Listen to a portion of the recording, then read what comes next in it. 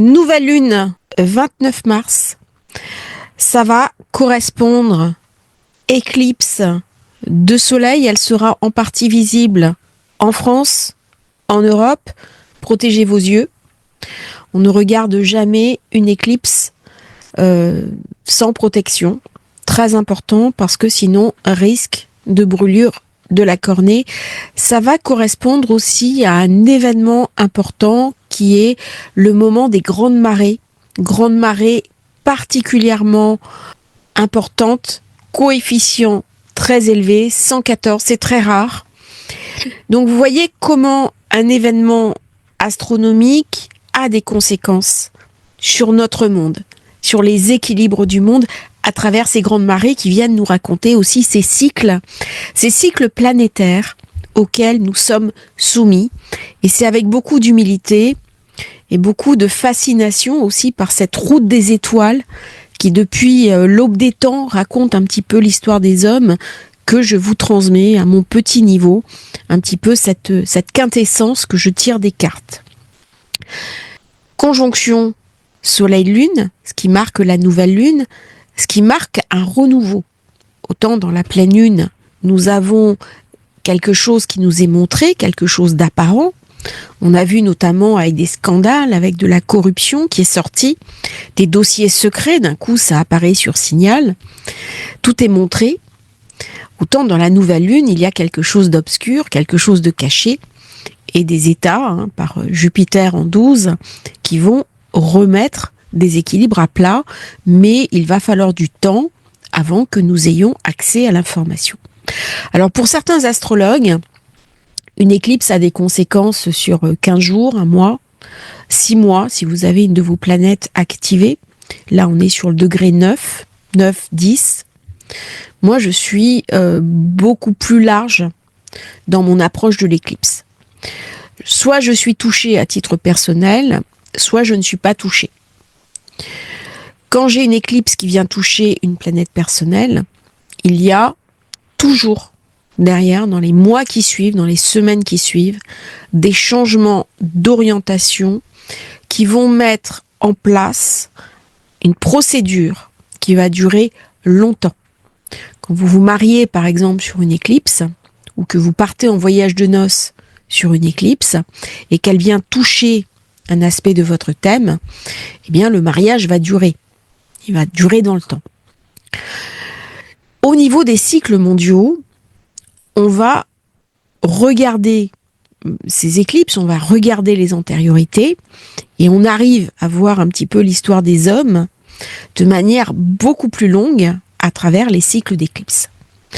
Donc il y a vraiment plusieurs emboîtements au niveau de l'astrologie. Il y a l'astrologie que je vais avoir moi, qui est une astrologie personnelle, qui vient me parler de comment je vais interagir avec le monde. Et je le fais très volontiers, c'est pour ça que maintenant je fais des petits horoscopes, parce que c'est demandé, ça fait plaisir, et puis voilà. Mais il y a aussi une astrologie un petit peu différente, qui est une astrologie de cycle, une astrologie mondiale, qui vient nous raconter les grands mouvements, les grandes confrontations tectoniques des plaques, au niveau géopolitique, la richesse des États, le déclin de certains et l'ascension d'autres.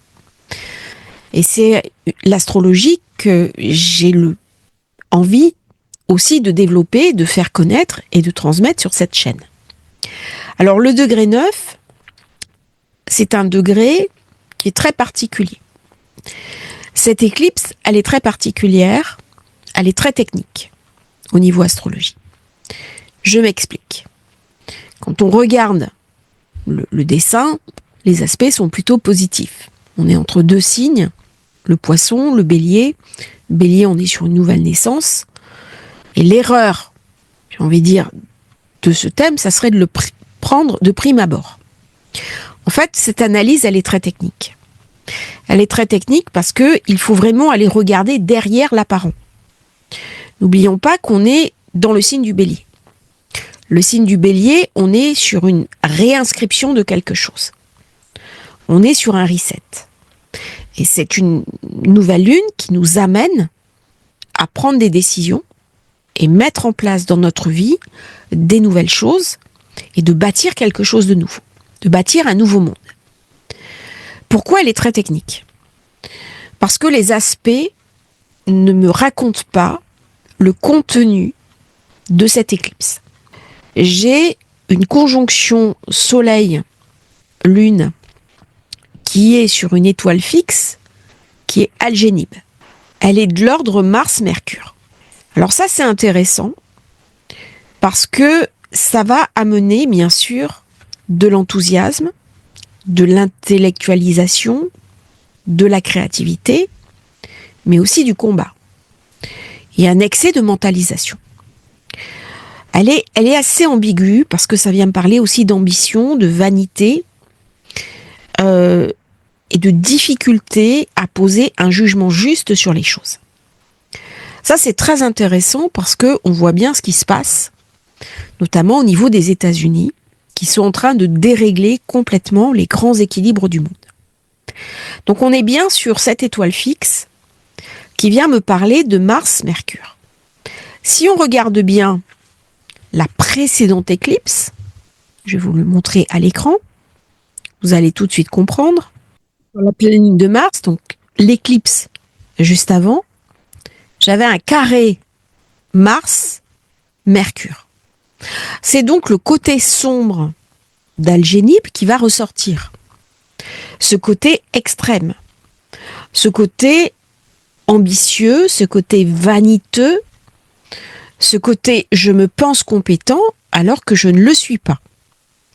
Ça va appuyer aussi sur des configurations de tension où on va me parler de chute, on va me parler de noyade, on va me parler aussi de naufrage, d'accident et de risques au niveau des avions. C'est comme ça que cette étoile fonctionne. Elle s'est chargée négativement par la pleine lune précédente. Donc je repars sur de nouvelles bases, mais elles sont corrompues. Bien sûr, d'hypocrisie, de sarcasme, et dans les cas les pires, de cynisme. C'est-à-dire que peu importe ce qui se passe, peu importe les populations, j'avance parce que je l'ai décidé. On est clairement dans des configurations de toute puissance. Et la problématique, c'est que lorsque j'ai un amas comme ça, ici, qui ramène beaucoup d'énergie, je suis dans l'idée, dans l'illusion, dans l'idéalisme, sauf que cet idéalisme va devenir de l'idéologie. Et l'idéologie peut m'amener à faire la guerre. C'est la dernière éclipse du Bélier. Donc il y a déjà l'étoile fixe. Il y a aussi le fait que c'est la dernière du cycle qu'on a bouclé il n'y a pas longtemps, de Nord-Bélier. On n'a toujours pas d'accord définitif de paix. Il y a un petit accord qui a été signé, qui est en cours de signature États-Unis-Russie, mais l'Ukraine n'y est pas conviée. Au niveau Moyen-Orient, pareil, c'est toujours pas réglé. Donc on retrouve les tensions qui ont commencé 2023. Si on regarde bien l'état du monde, depuis novembre l'année dernière, on est dans un monde totalement chaotique. J'ai un événement très important, le lendemain de cette éclipse, qui est Neptune, qui passe en Bélier. Alors Neptune-Bélier, c'est important à double titre. D'une part, j'ai un changement de signe, mais j'ai aussi un changement de cycle. C'est-à-dire le Bélier, le 0 du degré Bélier, on est sur un renouveau de cycle. Donc je recommence ce qui s'est passé les 12 signes d'avant. La dernière fois que Neptune a transité Bélier, on était Napoléon III, la France, la révolution industrielle, la France qui rayonne, guerre civile aux États-Unis, et certains parlent d'un nouveau Tea Party aux États-Unis, certains parlent de problèmes au niveau guerre civile. En France, Napoléon III, qu'est-ce qu'il fait? Il réaménage Paris, c'est les travaux d'Haussmann. Que fait Anne Hidalgo? Elle réaménage Paris. Et on a eu un phénomène très important qui était l'exode des campagnes vers la ville. Et je reste persuadée que même si ça ne se voit pas de prime abord dans cette carte, elle va avoir des conséquences durables sur l'avenir des pays, sur l'avenir du monde. Et que cet exode que nous avons connu des campagnes vers les villes va totalement s'inverser. Ça a commencé au moment du Covid et ça va continuer à s'amplifier. Alors bien entendu, les personnes qui avaient anticipé ce cycle, eh ben, ils sont gagnants. Parce qu'il y a des zones des campagnes, à une époque, plus personne dans les années 2010, 2011, quand Neptune était passé en poisson, on ne voulait plus du tout de la campagne. Et des endroits magnifiques à forte valeur ajoutée étaient complètement sous-cotés. Et les personnes qui ont eu un petit peu de nez, qui ont investi à ce moment-là, ne se sont pas laissées avoir par Neptune poisson. Donc Neptune qui passe en bélier, c'est un gros événement. Donc forcément, l'éclipse du passage, elle va avoir des répercussions durant toute cette zone Neptune bélier. Là, c'est une évidence. Après, c'est fini. Le nord, il est en poisson. Donc, elle va charger le maximum de tension. Le mois prochain, au mois d'avril, j'ai 2 événements importants qui vont se passer. Ils se sont déjà déroulés, mais là, on déboucle. C'est d'une part Uranus qui va faire une conjonction à Algol, ici, degré 26. Et l'autre chose, ça va être la dernière opposition Mars-Pluton. C'était les feux Los Angeles. Voilà. Et là, je vais avoir la dernière opposition. Donc, autant dire que les événements d'après cette éclipse-là, pour le mois d'avril, vont être tendus. Si je regarde bien le cycle Saros, j'ai dit que je ne pouvais pas interpréter cette éclipse de manière classique, de manière habituelle. Alors, qu'est-ce que c'est que le cycle Saros ? Le cycle Saros, ce sont les éclipses d'un soleil, puisque cette nouvelle lune, c'est une éclipse solaire, forme un cycle sur un certain nombre d'années, un certain nombre d'éclipses, que l'on nomme le cycle Saros. Alors, j'ai pas envie de rentrer dans les considérations trop techniques. Et dans le cycle Saros, j'ai 2 positions planétaires qui peuvent être problématiques. J'ai Saturne, 6 degrés, Pluton, 28 degrés. Ça veut dire quoi ? Tant que Saturne n'aura pas été impacté par le transit de Pluton, tant que Pluton ne sera pas de l'autre côté, je serai dans une montée des tensions. De l'autre côté, j'ai Pluton. Tant que Uranus ne sera pas stabilisé à 1 degré du Gémeaux, là c'est Uranus, dans le Gémeaux, montée des tensions. Donc nous allons dans un cycle qui est chaotique, sauf que je ne le vois pas. C'est comme si je dansais sur un volcan. Alors c'est très bien si je veux continuer dans un univers un petit peu brumeux de type Neptune-Poisson. Par contre, si je décide d'ouvrir les yeux pour comprendre le monde, eh bien, je suis invitée à regarder les choses en face. Et donc, on part vers des années qui sont assez chaotiques, ce que vient nous raconter clairement cette éclipse, avec un degré activé, qui est le degré 9, et le degré 10. Alors, le degré 9, c'est déjà pas un degré sympa, mais le degré 10, c'est un degré clairement de guerre. Donc, est-ce que nous allons inévitablement vers un conflit armé ? Même si j'ai un carré Mercure-Mars, il vient quand même me mettre en garde.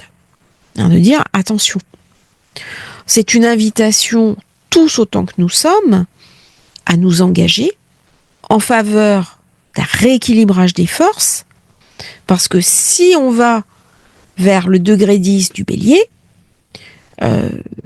à un moment donné, nous allons tous être perdants. Et là, il y a une invitation à la prise de conscience. Autant Neptune, dans le Poisson, il est dans l'idéal, il est dans l'imagination, l'imaginaire, autant dans le Bélier, il vient me parler de concret.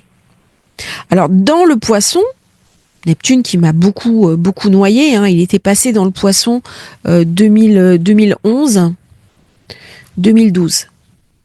Alors, pour ceux qui se souviennent, en 2012, il y avait une peur complète de l'apocalypse. Et on retrouve d'ailleurs, assez marrant, en ce moment, plein d'écrits messianiques, apocalyptiques, la fin du monde, enfin des choses comme ça, assez terrifiants. Et en 2012, c'était le calendrier Maya, c'était les peurs, enfin c'était... d'ailleurs, on en a fait un film qui était assez, bon, qui est grand public, qui est sympa, mais il y avait une vraie peur. Et chaque fois que Neptune change de signe, il y a une espèce de peur collective. Alors le cycle Saros vient me poser ces avertissements. 6 degrés Verseau, 28 degrés Taureau. Par rapport au passage Neptune, j'ouvre les yeux. J'ai un problème. Le seul aspect négatif, Saturne, Jupiter. Qu'est-ce qui est venu ramener Neptune dans le Poisson?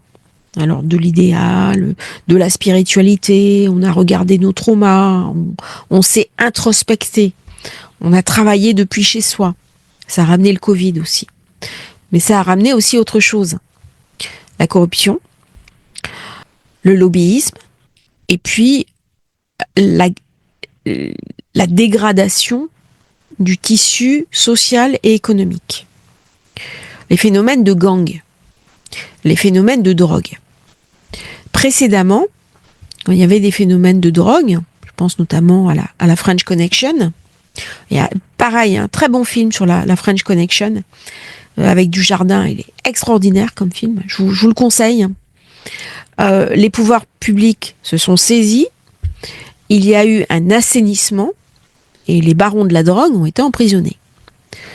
Aujourd'hui, on a l'impression que le pouvoir public, le pouvoir politique tourne la tête. Donc, c'est la rue qui appartient aux gangs. Avec une augmentation, alors sur toute l'Europe, de la criminalité. Et j'avais un échange avec un astrologue qui vit à Amsterdam et qui me disait, en fait, à Amsterdam, il se pose même la question de légitimer, de légaliser la cocaïne. Tellement les gangs ont pris le pouvoir.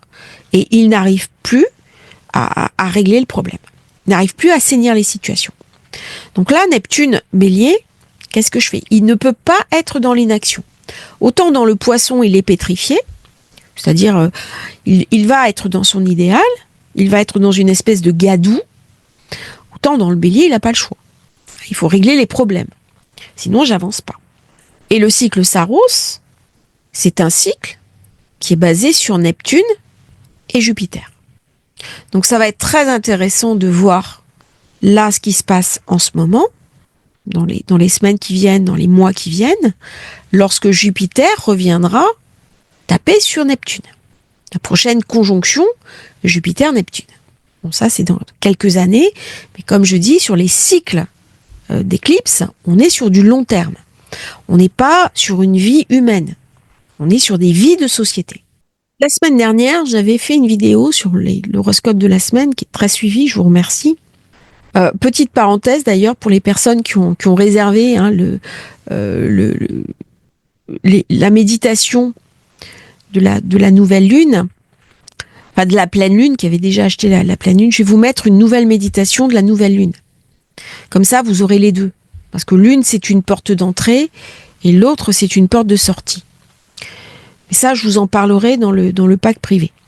Je vais la faire, je vais la monter, comme ça, vous l'aurez à disposition avant la nouvelle lune. Qu'est-ce qui s'est passé cette semaine de très important? Il y a eu un incident, des échanges militaires qui auraient dû rester secrets sur Signal au niveau de l'administration Trump. Et les propos au sujet de l'Europe sont particulièrement méprisants.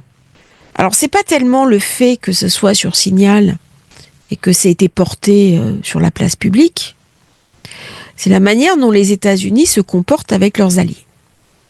Et ça met en avant deux choses, qui à mon avis correspondent très bien à cette nouvelle lune, basée sur le cycle Mercure, commerce. D'une part, ce sont les échanges commerciaux avec les droits de douane. L'Europe, le Canada. Autant dire que ça met en effervescence. La maison 10, on est dans les confrontations d'État à État. On est dans les pourparlers. On est dans la réussite. On est aussi dans les échanges. On est dans ce qui brille, ce qui se montre, ce qui parle, ce qui est visible. Sauf que Jupiter, qui représente les États-Unis, se trouve en 12. Donc là, on a le Jupiter des coups fourrés, des coups tordus. Je dis une chose, je vais faire le contraire. Il y a un côté dégradé de Jupiter, dans la corruption, mais dans le mépris des autres. Cette confrontation avec Saturne. Donc là, j'ai les droits de douane. Mais j'ai aussi les propos qui ont été dits sur l'Europe, qui sont d'un certain mépris. Alors, ça peut être que des mots, sauf qu'on est en période de nouvelle lune. Et là, ça me raconte autre chose. C'est que l'Occident, qui était basé sur les États-Unis, sur l'OTAN, qui est ce qu'on appelait le bloc de l'Ouest, sous l'égide des États-Unis, est en train d'exploser. Il est en train de se lézarder.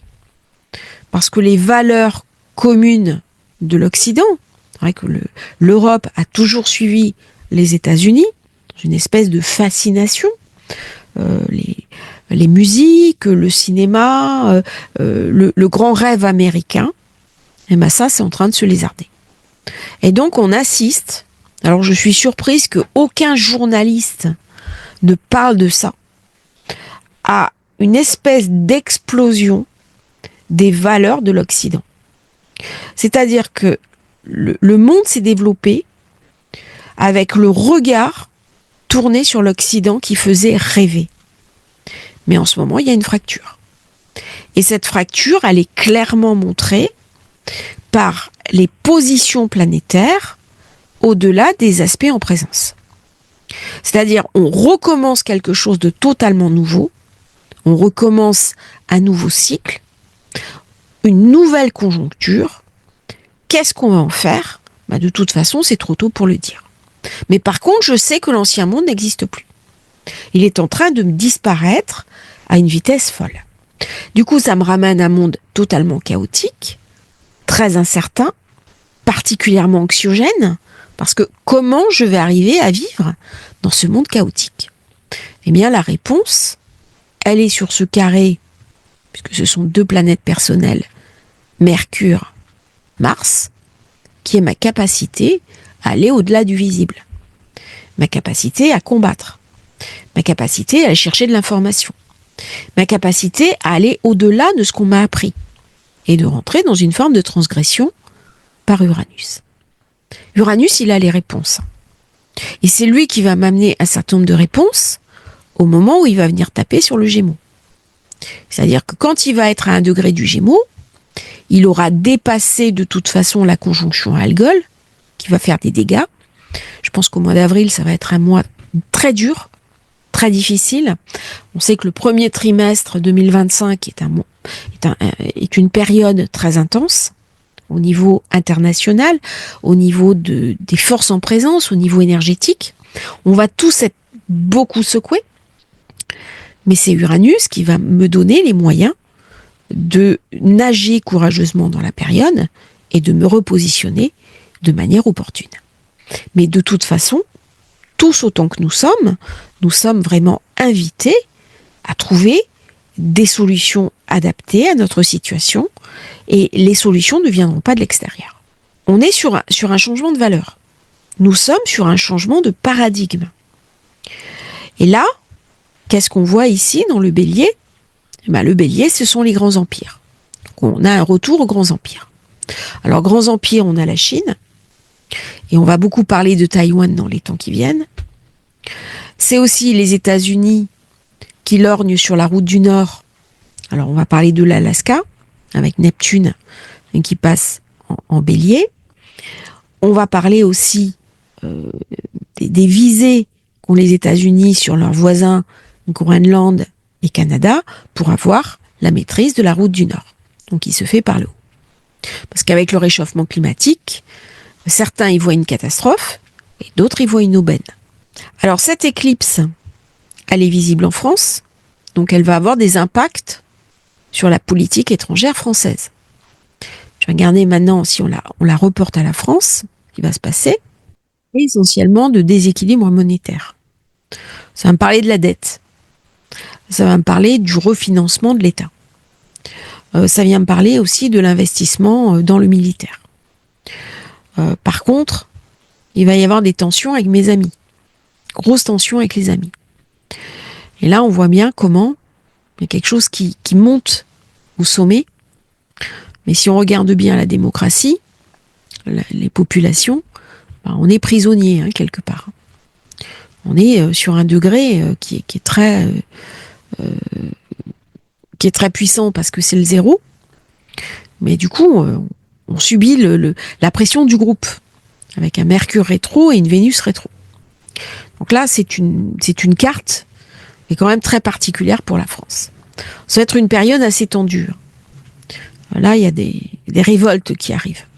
Alors, sur la France, puisqu'elle va être touchée, l'hiver prochain va être très froid.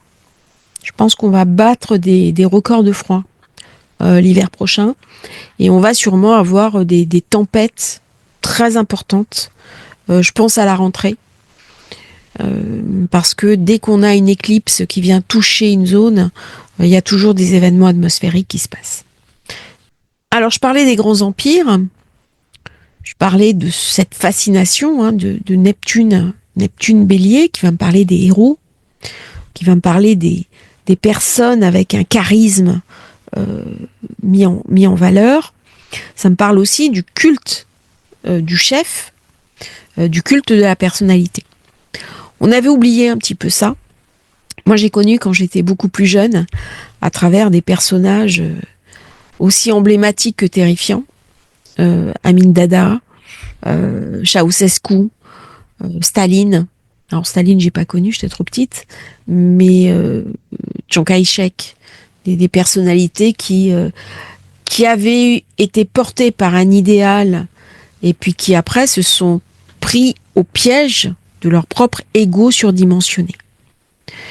Et là, il est possible qu'on revoie dans toute cette période Neptune-Bélier des personnalités qui vont chercher à prendre le pouvoir et qui ne voudront pas le lâcher. C'est retour aux gros États. Les gros États, c'est la Russie qui rêve de redevenir l'URSS, c'est la Chine qui lorgne vers Taïwan et les États-Unis qui rêvent de la route du Nord. Donc on va vers un basculement des alliances. Et ce que montre bien d'ailleurs Pluton en 7, qui vient me parler de mes ennemis, mais qui vient aussi me parler de la fin de certaines alliances. Donc là, je suis en train de poser les bases d'un nouveau monde. Et vous voyez, quand on va au-delà d'une éclipse, parce que j'ai pas de mouture, on arrive à des choses qui sont très intéressantes. Alors certains seront pas d'accord avec mon analyse, c'est pas important. Comme je dis, quand on fait une analyse comme ça, c'est l'histoire, les événements postérieurs qui vont venir si oui, sinon on avait raison. Et pour moi, je pense que de cette nouvelle lune éclipsée jusqu'à la prochaine nouvelle lune dans le signe du Taureau, les événements qui vont se dérouler vont contribuer à bâtir ce nouveau monde. Là, je quitte le signe de l'idéologie. Neptune quitte le Poisson. Et c'est à la bascule qu'il est le plus redoutable. Donc on va voir comment les idéologues vont capter le politique, mettre la mainmise sur les systèmes pour ne pas lâcher le pouvoir. Donc forcément, ça va rentrer en friction avec la population. On est sur un cycle Uranus-Pluton, et même quand le cycle est positif, il faut toujours s'en méfier. Parce que Uranus, il m'amène des choses que je ne maîtrise pas. Et Pluton, c'est pareil. Alors j'ai vu des fois Pluton passer sur des planètes qui étaient une vraie catastrophe, et puis amener des choses extraordinaires. Et au contraire, des fois il passe sur des planètes où on va se dire oh là là, c'est la catastrophe, ou alors ça va être très bon, et puis il amène des catastrophes. Donc ce sont des planètes très ambiguës, très collectives, très complexes.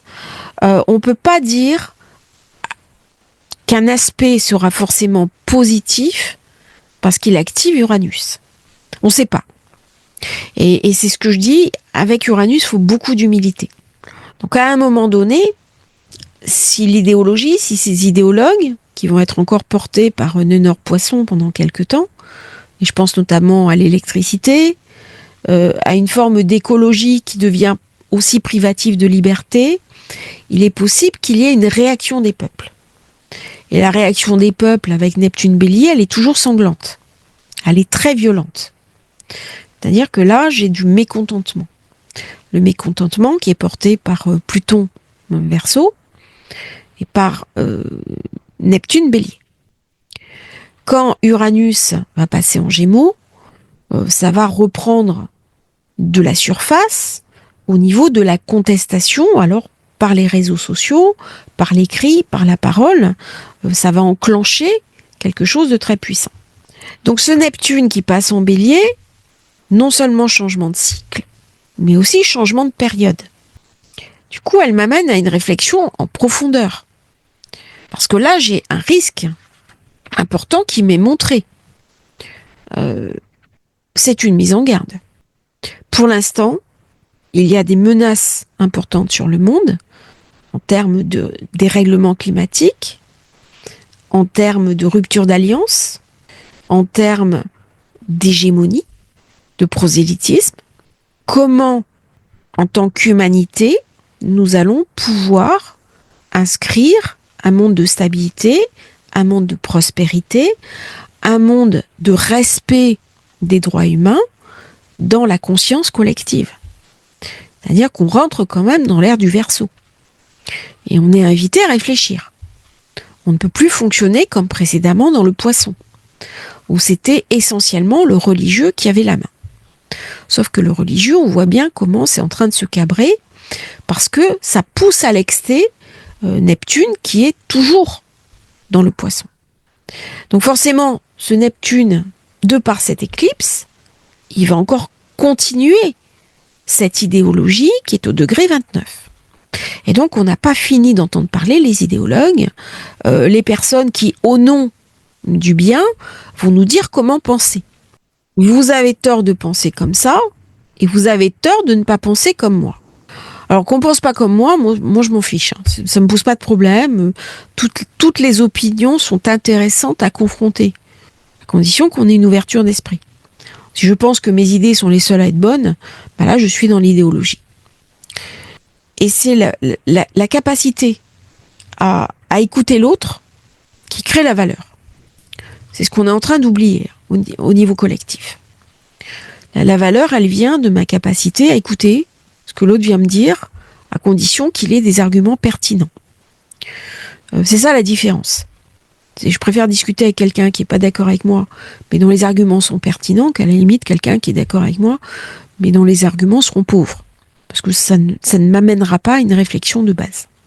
Bon, excusez-moi, c'était une petite digression. Ça m'arrive aussi de temps en temps, je m'y autorise. Alors cette carte-là, elle est très intéressante parce qu'elle gonfle le côté bélier, le côté recommencement, le côté énergie, le côté poussé en avant. À titre personnel, invité à trouver des réponses opportunes pour régler les problèmes de ma vie. Tiens, je ne pourrai plus compter sur le groupe. Je ne pourrai plus compter sur le collectif. Je vais être invité vraiment à me remonter les manches. Et on va voir d'ailleurs, dans les temps qui viennent, de plus en plus de personnes retourner à la terre, avoir un jardin, reprendre une vie plus simple, plus agraire, plus en contact avec la nature, pour des questions de survie. Travailler en ligne, mais vivre quelque chose de plus protégé. Je pense qu'on va avoir vraiment besoin de protection dans les temps qui viennent. Ça, c'est collectif.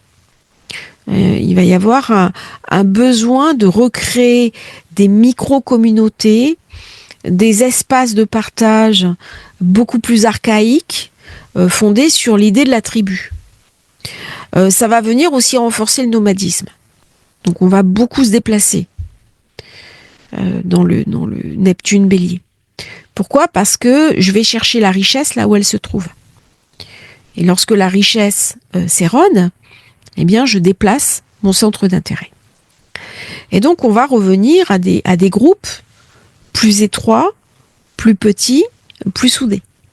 Et on va quitter les mégapoles. Alors, les mégapoles seront intéressantes toujours pour les bureaux, pour les affaires, pour le commerce, mais par contre, réservées à une certaine élite. C'est-à-dire, de par l'augmentation des loyers, c'est de plus en plus difficile pour une frange de la population de se loger au centre des mégapoles. Quels que soient les mégapoles, d'ailleurs. Et du coup, ça crée des sociétés à deux vitesses. Et Marx, c'est un peu ça. Marx, c'est pas un humaniste. Marx, il est capable de se transcender pour une idée d'aller combattre, mais ce sont des valeurs guerrières. C'est l'idée du royaume. C'est l'idée de la tribu, de la patrie. C'est pas l'idée transcendante où je vais, parce que j'ai un idéal, aller me battre. Il est beaucoup plus simple que ça. On me dit, je fais, mais je réfléchis pas. Alors attention, ça ne veut pas dire que les personnes qui sont dominées par Mars sont comme ça. C'est pas ça. Je parle vraiment au niveau des énergies planétaires. C'est le moment de regarder comment on va pouvoir réorienter sa vie, mettre en place des nouveaux process, des nouvelles procédures, se réacclimater à des nouveaux outils. Je pense notamment à l'intelligence artificielle, les réseaux sociaux qui peuvent nous aider à développer notre clientèle ou nos activités, et agir. Si on ne rentre pas dans l'action avec cette éclipse, eh bien, il y a quelque chose qu'on va louper. Et j'ai dit, l'autre, la pleine lune, c'était une porte qui s'ouvre. Il y avait une porte qui se ferme, et une nouvelle porte qui s'ouvre. Donc c'est intéressant de prendre la porte qui s'ouvre. Et je cueillerai les fruits de cette action dans les mois, dans les années qui viennent, voire dans les décennies. Donc c'est vraiment une période qui va être très intéressante, où je vous invite à noter un petit peu les événements, à regarder dans votre vie ce qui se passe aussi. Soyez très vigilants si vous avez soleil, lune, ascendant, milieu du ciel, 9 degrés, 10 degrés du bélier, ou une autre planète personnelle, 10 degrés du bélier. Parce qu'elle va être activée. Donc forcément, dans votre vie, il va y avoir des événements imprévus qui vont arriver. Alors elle ramène bien sûr beaucoup d'énergie, beaucoup d'intensité, beaucoup de feu, beaucoup de passion, et il va y avoir des tensions entre personnalités publiques au plus haut sommet de l'État. Il va y avoir des déconvenues financières. Il va y avoir des accords qui seront au départ des signatures, mais derrière des mécanismes de trahison. On va beaucoup parler de réussite dans les temps qui viennent. On va beaucoup parler du professionnel, des entreprises, de la richesse qui se crée ou ne se crée pas. Il va y avoir un espèce de clivage dans des sociétés qui prennent l'allure de monde à deux vitesses, qui est quelque part contraire à l'esprit de l'Occident, qui est basé sur une transversalité. On n'est pas dans de la verticalité. On l'a été, on l'est plus. Il y a une espèce d'horizon entre nous tous. Sauf que c'est pas les valeurs qui vont être mises en place. Et donc c'est une éclipse qui m'invite à me resserrer autour de mon clan, autour de mes origines. C'est très bien pour aller nettoyer ces mémoires familiales abîmées, dégradées. Très bien pour se repositionner au niveau du couple, des alliances, des enfants. Très bien pour aller chercher du soutien, pour réseauter, pour penser à son travail, sa carrière, son professionnel. Mais je sais qu'il y a quand même des gens qui m'attendent au tournant. Et je peux avoir des ennemis puissants dans ma vie qui peuvent me prendre en traître par un Jupiter en maison 12. Donc ça va être une période intense, mobilisatrice, passionnante. J'ai un Mars en maison 1, même si Mars est en faiblesse en Cancer. Donc là, je suis invitée à agir. Je suis invitée à me remonter les manches, même si je peux souffrir d'une certaine forme de procrastination. Donc voilà un petit peu cette nouvelle lune On va passer maintenant au signe par signe. Et c'est vraiment une période clé. Ne la loupez pas.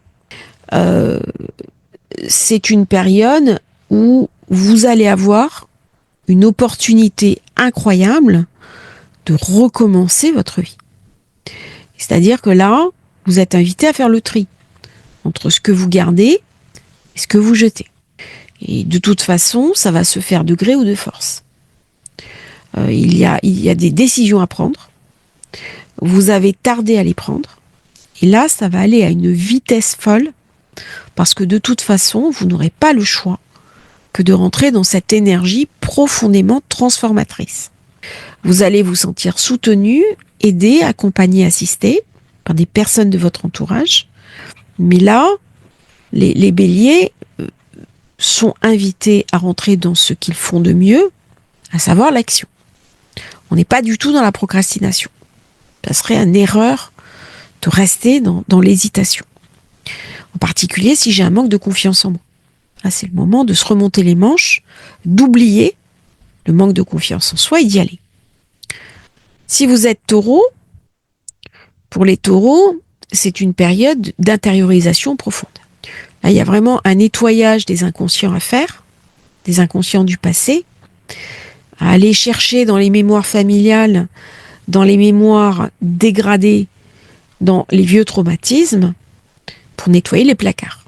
On est clairement dans un nettoyage des écuries d'Augias. A fortiori parce que j'ai Neptune qui passe en bélier. Donc là, on rentre, pour vous taureaux, dans une période de déstabilisation. Vous aviez fait certains projets, vous aviez imaginé certaines choses, et ça ne s'est pas du tout passé comme vous le pensiez. Alors du coup, ça peut ramener de la colère, de l'agressivité, mais c'est pas une bonne réponse. La bonne réponse, c'est d'aller chercher des solutions opportunes, d'aller chercher un repositionnement, parce que là, les choses en l'état sont un peu compromises. Si vous êtes Gémeaux, c'est une période idéale pour réseauter. Vous allez avoir un tri de faits au niveau de vos relations. Il est possible que vous rencontriez des personnes sources au niveau professionnel. Il est possible aussi que vous soyez sollicité pour des nouveaux projets qui vont avoir des répercussions sur les années à venir. Donc je pense que votre situation professionnelle va être transformée par les projets que vous allez monter et qui vont se réaliser dans les mois à venir. Ça va être une période très intéressante pour vous.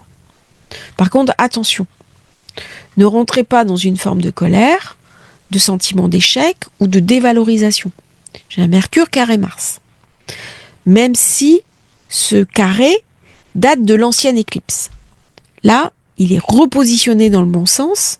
Donc, utilisez vos compétences que vous savez faire, faites-vous confiance et avancez sur vos dossiers. Si vous êtes Cancer, ça va me parler du professionnel.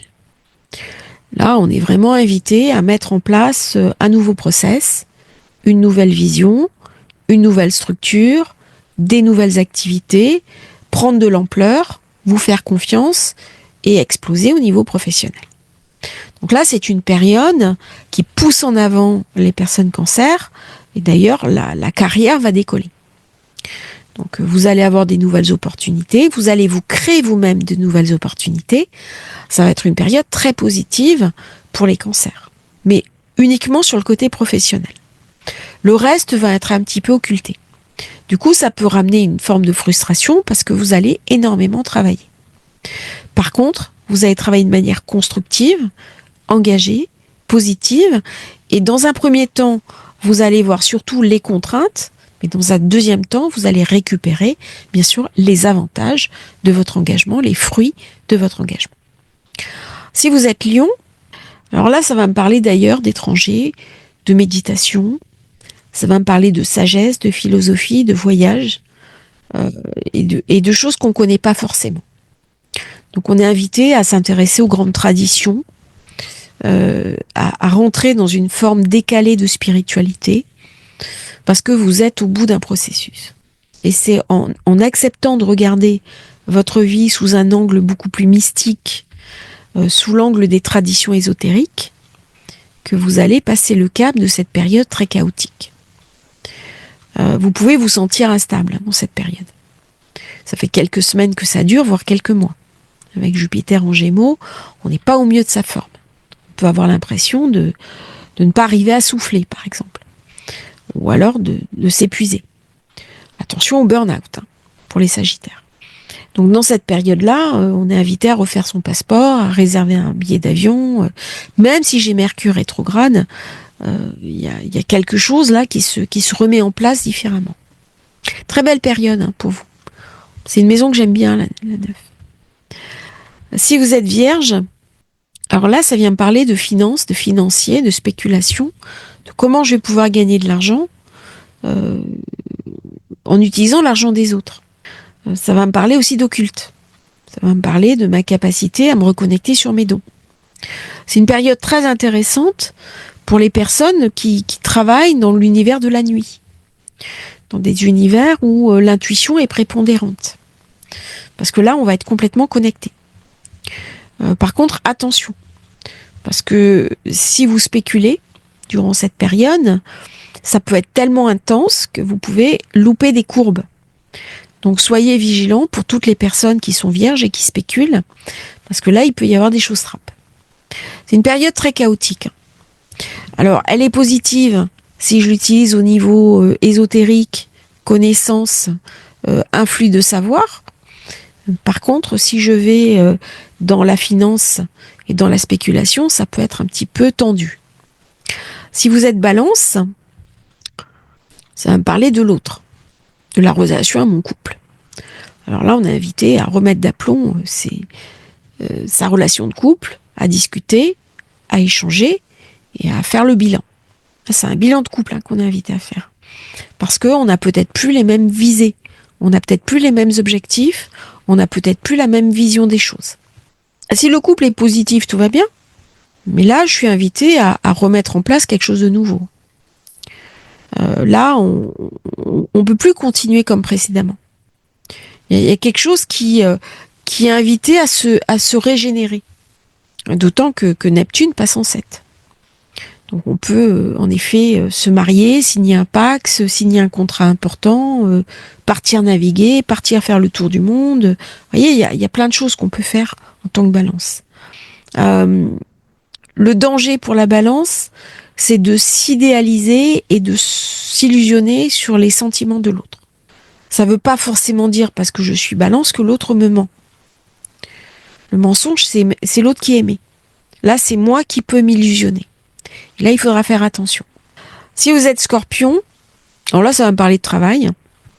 Là, c'est temps de remonter les manches, de passer aux choses sérieuses, parce que là, le Scorpion, il bout. Neptune, qui passe dans le signe 6, il va être très enthousiasmé. Très, très enthousiasmé, parce que c'est le signe de Mars. Et Mars, il est en affinité avec. Donc même si c'est difficile, il voit plus les choses en termes de challenge et d'opportunité, d'indépendance, d'autonomie, qu'en termes de contraintes. Par contre, c'est une période, il faudra être vigilant sur sa santé, il faudra se soigner, il faudra prendre soin de soi. Période très intéressante pour le Scorpion, qui travaille beaucoup. De toute façon, on le sent quand on est Scorpion, on sent que quand on est connecté à ses énergies, que l'agenda s'est petit à petit rempli. Et du coup, il reste plus beaucoup de temps pour les loisirs. Surtout avec Saturne qui est encore en Poisson. Une fois que Saturne sera passé lui aussi en 6, on aura des choses à faire intéressantes. Avec un Pluton en 4, il peut y avoir des possibilités, par exemple, dans l'immobilier. Mais pas quelque chose de classique. Quelque chose d'un peu différent. Si on est Sagittaire, alors pour le Sagittaire, on est dans les amours. Alors ça va commencer une période assez romantique, une période assez idéale, une période où on va avoir envie de faire des enfants, de renouer avec son affect, de créer. Une période très créative pour les Sagittaires. Une période où on peut avoir envie de faire de la musique, de la peinture, de la photo. Il y a quelque chose de très idéaliste. C'est une période aussi où on peut décider de prendre du lead et de parler sur la place publique. Donc de prendre un engagement politique. de devenir un orateur. C'est une période où on va travailler sur soi.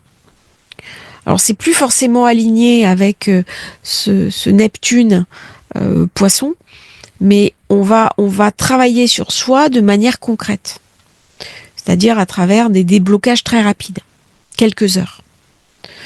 Avec Neptune Bélier, on va arrêter les thérapies qui durent 14 ans. Je pense à Woody Allen par exemple. Psychanalyse pendant je sais pas combien d'années. Ça devient un but en soi de s'introspecter. Là, on va être au contraire sur des choses très rapides. Et le Sagittaire, notamment, quand il va avoir envie de passer en termes de guérison, en termes d'ouverture, ça va aller à une vitesse folle. Une vitesse folle. Mais le plus important pour lui, c'est son besoin d'aimer, qui va être décuplé dans cette période. Si on est Capricorne, on va être concerné par tout ce qui est maison, immobilier. Là, on reprend du service. Donc, on va chercher du financier et on refait des opérations immobilières. Alors, il faudra être prudent, parce que l'immobilier est en flou en ce moment. Et d'ailleurs, Neptune qui passe en Bélier ramène du flou. Donc, faites attention dans vos engagements. Regardez bien la pertinence de ce que vous allez faire. Mais il y a un besoin de rééquilibrer le foyer, la maison, les échanges dans le foyer, les relations dans le foyer, et par là même l'immobilier. C'est une période où on peut aussi prendre un engagement politique, décider de s'investir pour l'avenir de son pays. Là, c'est plutôt des forces traditionnelles que progressistes. Les forces progressistes vont arriver un peu plus tard, quand j'aurai Saturne qui va rejoindre Neptune dans le Bélier. Si vous êtes Verseau, ici, ça va me parler beaucoup de communication, des échanges, les frères, les sœurs, les voisins, l'envie de créer un groupe autour de soi, de partir en week-end, ça va créer beaucoup d'instabilité émotionnelle, beaucoup de nervosité. Là, on a envie, besoin de se repositionner, d'expérimenter des nouvelles choses, et ça peut amener une humeur très changeante. Ça peut amener de l'incertitude et de la déstabilisation. Alors si j'ai des choses à dire à mes frères, mes sœurs, ça va être la période idéale. On va assainir les situations autour de nous. Mais c'est une période où je peux réseauter, rencontrer du monde sur les réseaux sociaux, m'affranchir de certaines limites, mais je peux globalement être un petit peu déstabilisée parce que il y a ce côté très nerveux, Mercure carré Mars, qui peut venir me perturber. Et je ne pourrais pas penser en termes collectifs. Je ne pourrais pas non plus penser en termes individuels. Donc là, si je suis ni l'un ni l'autre, qu'est-ce que je suis? Alors, est-ce que c'est le collectif dans l'individuel? Est-ce que c'est l'individuel dans le collectif? Mais il y a une espèce de révolte, de marche qui n'est pas encore portée. Et du coup, on sent qu'il y a quelque chose qui ne va pas bien, mais on n'arrive pas forcément à le nommer, à l'identifier. Si on est Poisson, alors le Poisson, c'est une très bonne période, parce que ça ramène du financier, ça ramène du pouvoir. Alors là, le Poisson, il va être très chanceux. Saturne qui va bientôt vous lâcher, gros amas en zone 2, donc ça va ramener de l'argent, ça va ramener du capital, ça va ramener des coups de chance au niveau matériel. Et là, pour les Poissons, je vous invite vraiment à remonter les manches. Pourquoi? Parce que si vous restez dans votre univers brumeux, vous n'arriverez pas à saisir les opportunités de la période. Et les opportunités de la période, pour vous, vont être très nombreuses. Je pense que c'est un des signes qui va le mieux tirer son épingle du jeu de l'éclipse, parce que la précédente était dans son signe. Et donc, il y a une corrélation entre ce bélier, ce renouveau, et le Poisson qui crée l'élaboration mentale du renouveau. Et nous sommes comme ça à cheval, avec Mercure qui revient en Poisson, Vénus qui revient en Poisson, et puis au contraire, l'autre côté, le nœud nord qui est revenu en Poisson, mais Neptune qui passe en Bélier. Et donc, il y a deux tendances contradictoires. Et le Poisson qui est un signe double est peut-être celui qui sera le plus à l'aise dans cette éclipse, pour en tirer vraiment la quintessence, pour en tirer toute la puissance et toute la positivité. Je vous remercie d'avoir suivi cette nouvelle lune. N'hésitez pas à vous abonner à la chaîne et à me donner votre feedback. Et puis pour les personnes qui ont rejoint le programme, eh bien je vais bientôt rajouter cette nouvelle méditation. Et si vous ne l'avez pas encore rejoint, vous avez le lien dans la description. À bientôt pour un nouveau partage sur Astrologie Facile et merveilleuse éclipse, merveilleuse nouvelle lune de Mars à tous.